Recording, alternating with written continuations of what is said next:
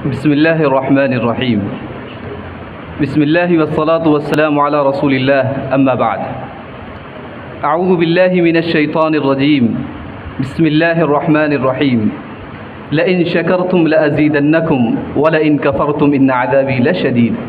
صدق الله العظيم. أيها الحفل الكريم، شيوخا وضيوفا وأساتذة وطلاب هذه الدورة، بداية أحييكم بتحية الإسلام، فأقول السلام عليكم ورحمة الله وبركاته. أيها الحفل الكريم، إن هناك مناسبات تجعل الإنسان يرى اللغة والكلمات التي هي وسيلة عادية للتعبير عن الأفكار والأحاسيس والمشاعر والعواطف قاصرة وعاجزة عن التعبير والإفصاح. وأريد أن أصارحكم دون تلعثم أنني أرى أكبر كمية وأوفر ثروة من اللغة والكلمات غير كافية للإبداع عما في القلب. ولم يخترع العلم رغم تقدمه الهائل المدهش إلى يومنا هذا آلة تنقل إليكم مع حديث خفقان قلبي واهتزاز ضميري وتموج مشاعري. وإنني الآن أيها الإخوة في صراع نفسي لا أكاد أدري من أين أبدأ حديثي وكيف أوجز كلامي، لكن الله هو الموفق. فأولا أشكر الله سبحانه وتعالى الذي أتاح لي هذه الفرصة، أي فرصة اللقاء وفرصة المشاركة في هذه الدورة 11.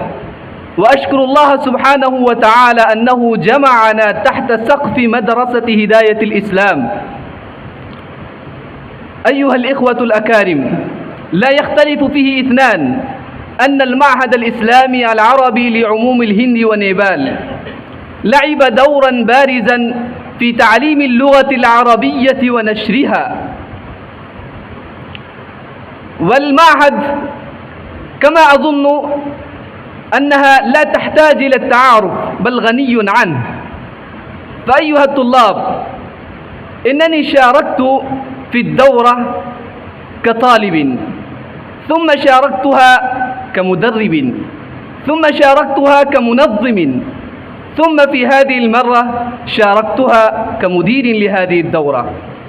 وهذا فضل يؤتيه من يشاء.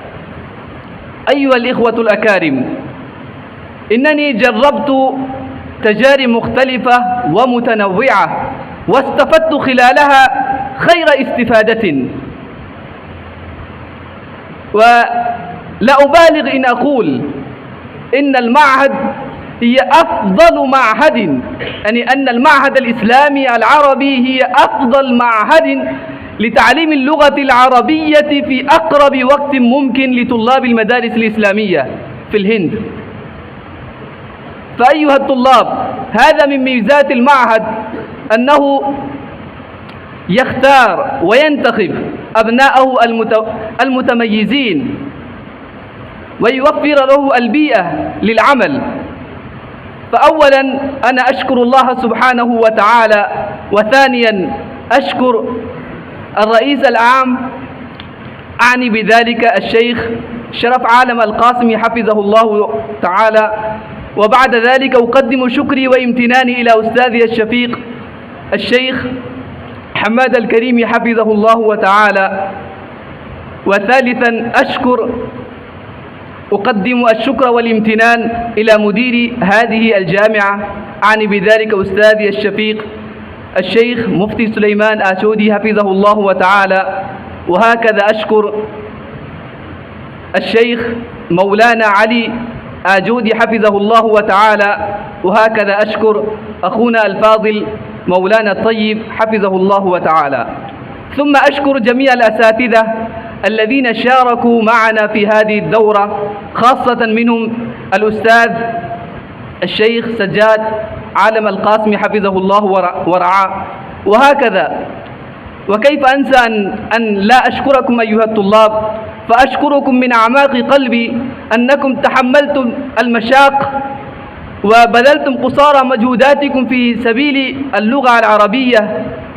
فأيها الطلاب، حاولت من البداية إلى الآن حاولت ألا أكون لكم إلا ناصح أمين، فإن أصبت فهو من الله سبحانه وتعالى، وإن أخطأت فهو مني ومن الشيطان، وأطلب منكم العفو والمعذرة إن أسأت إلى أي واحد منكم، فألتمس منكم أن تعفوا عني عن الخطأ الذي حدث معي، أو إنني تعاملت معكم أي مرة معاملة سوء فاعفوا عني.